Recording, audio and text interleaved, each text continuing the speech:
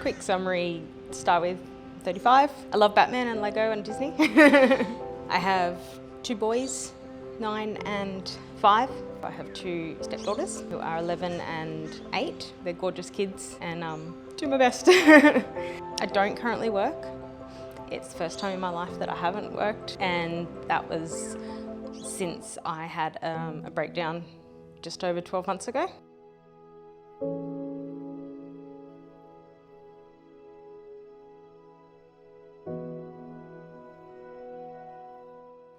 If you had a moment or a thought about a piece of advice that you could give someone to help them make those first few steps, what might you say to someone who might be looking at this and going, what do I do for myself?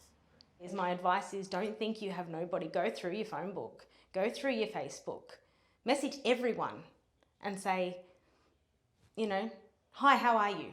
How's things? Or are you free to talk? I just need to talk to someone.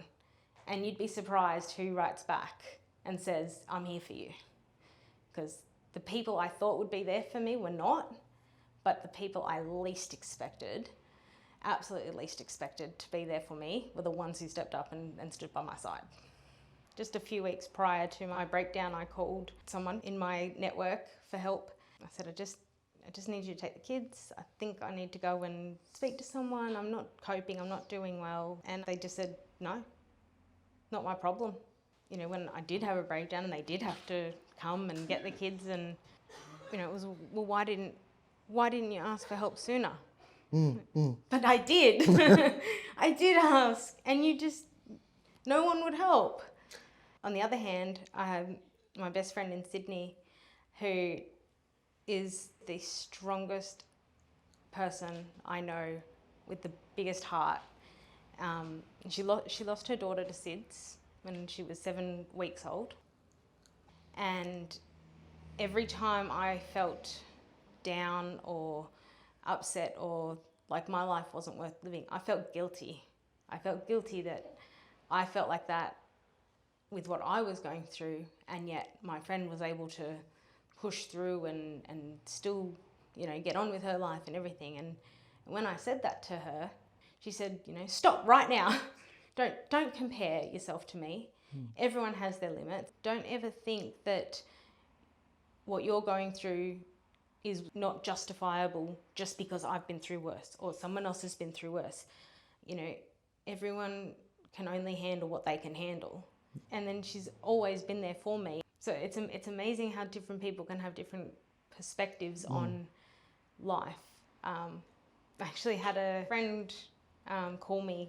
His name's Wyatt, and we worked together maybe 8 years ago.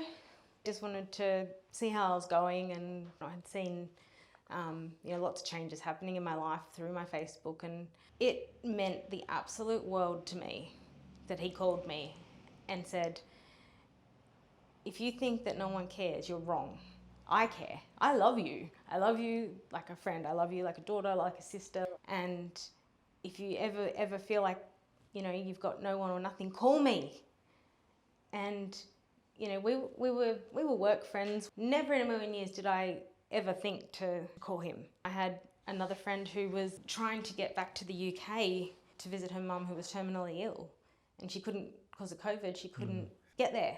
But she was continually checking in on me with everything she had going on. So when you go through something like this, it's a good friend call. It's a good time to check and learn who's there for you and who's not, regardless of what's going on in their own life. For me, people saw it as you and your partner broke up, get over it.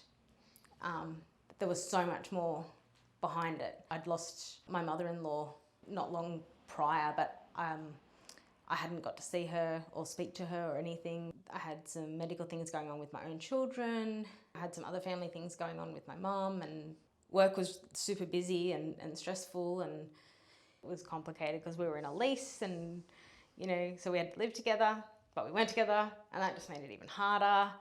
And then I start stressing, how am I going to afford to move? How am I going to afford to replace my furniture and whatnot in the house. All of that on, like, that's again snowball effect. Yeah.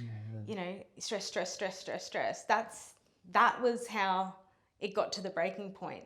All the stuff was building up, but because the final straw was, you know, we're breaking up. Everyone just went, get over it. As you're talking, I get this sort of image of carrying sticks on your back, of finances, being cold to go, going more and more sticks, and that final stick with sort of break up everyone was seeing, but there was just this huge pile already there. Yeah.